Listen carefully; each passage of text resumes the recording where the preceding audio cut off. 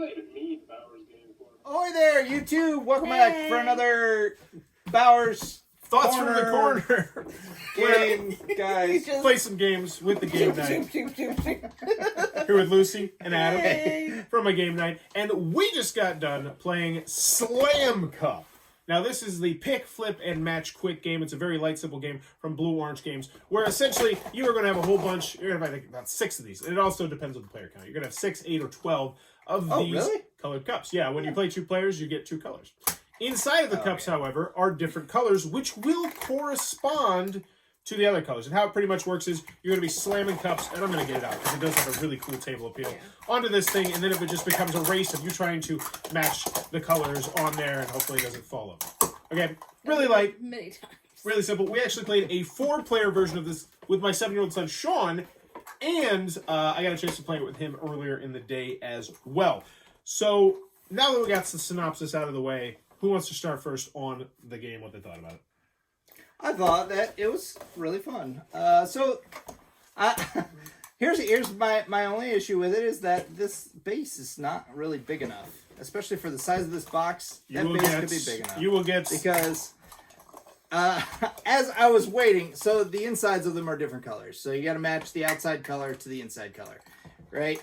And the interesting thing is that you, as you're checking them, it's kind of a memory game as well. So like you're remembering where these things are. You can rearrange them so that they're next to each other. And then I just wait until I know you're blue. I know you're blue. So I just wait until you put one, and then I'm on it, right? And I green. Oh, I get there. Throw that You on. game the game. You know? You're the guy reading Puerto Rico strategies and question us every week. I mean, but for little kids, they're gonna understand. Like, I just need to look at these. You know, they're not gonna game it like that. Well, one thing that I really like about this game in particular is exactly what you said there as a con, but it's because... So, in a game like this, and a lot of children's have this problem, is that if you're better at a kid than this, you are going to crush their face in. You're just going to destroy them. But with this game, due to the nature of the game, having to match the colors, that kid will have to play in order for the game to end. Because, you know, if he plays twice and you get both of them, yeah, it could end there, but he's still going to get 2. But if I grab one of them, he's going to have to put out at least 3 for it to win. And if Lucy gets one of them, Sean, in this case, would have to put out at least 4 of them to win. And at that point, it's like, okay, I didn't get completely stomped, because I've played a lot of games with kids where I completely stomped them.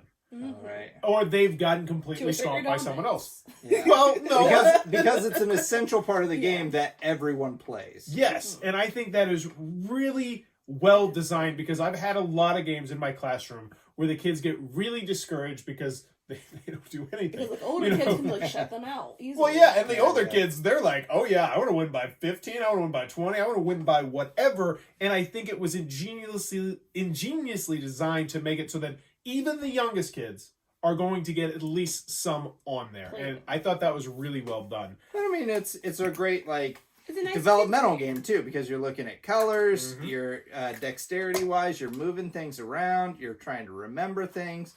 Yeah, fantastic game for kids. One thing that you mentioned is that this base needs to be wider. I kind of thought it was fun how it would be wobbly. That being said, I don't believe they actually cover in the rules what happens if it falls over. I mean, this part makes it wobble, like, because it bounces up and down. If this were wider so that it wouldn't actually, like, tip like this. I'm just saying. Tipping was fun, though, but yeah. I mean, it'll still tip. Like even if the base is solid, it's still gonna tip because of the way that works. But if it was wider, it'd be able to wobble more, and we wouldn't worry about and you wouldn't have to be like and then like it slipped off in the middle. Oh no! But of course, if it's a bunch of little kids, they're probably not gonna be doing that. This is beyond, like, this is more than our age demographic. It wasn't made for us. It was made for kids. It was made for people with, if you have a family with, like, especially like littler kids are just like learning and you want them to be like more active, and I think this is a good game just to like get them out. I don't think it's a game that would ever hit our game night if it wasn't because of Sean was being there.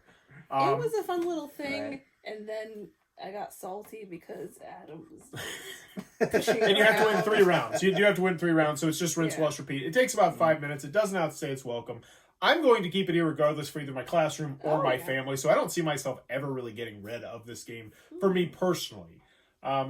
Comparing it to others' kids' games, you know, it's I'd say Delightful. it's good. Small. It's in a nice, easy box to remember. It's 2 to 4 though. I'm not a big fan of the player count, and there's no reason why you couldn't have it more. You just have to have more cups, which would raise the price. The box is also relatively useless, but it fits in there, and it's not going to go flying out, which is good. Easy to learn, easy to teach. It falls in the children's game category. Kids could teach other kids it, which I like as well. And I thought it was a very good game for what it tried to be. I think it succeeded at it. Anything else negative to say about it or positive? Oh, it's a really cute game. I like the colors and like the. That looks cool. It's well designed. Mildly improved. Yeah, maybe it shouldn't have that kind of top. But that is Slam Cup, new one from Blue Orange Games. I think if you have younger kids, I'd say between the age... I'm going to teach this to my 4-year-old tomorrow. Between the age of 4 to, say, 12, I think this is definitely one you might want to check out. And if you don't have kids between that age and you don't play with them, then why are you still watching this video at this point? It must be our amazing personalities. Yeah.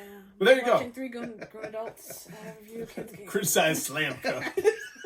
But there you go. That is Slam Cup from Blue Orange Games. One that we all thought did its job. Yeah, I had fun, and then it got salty, and then it's okay.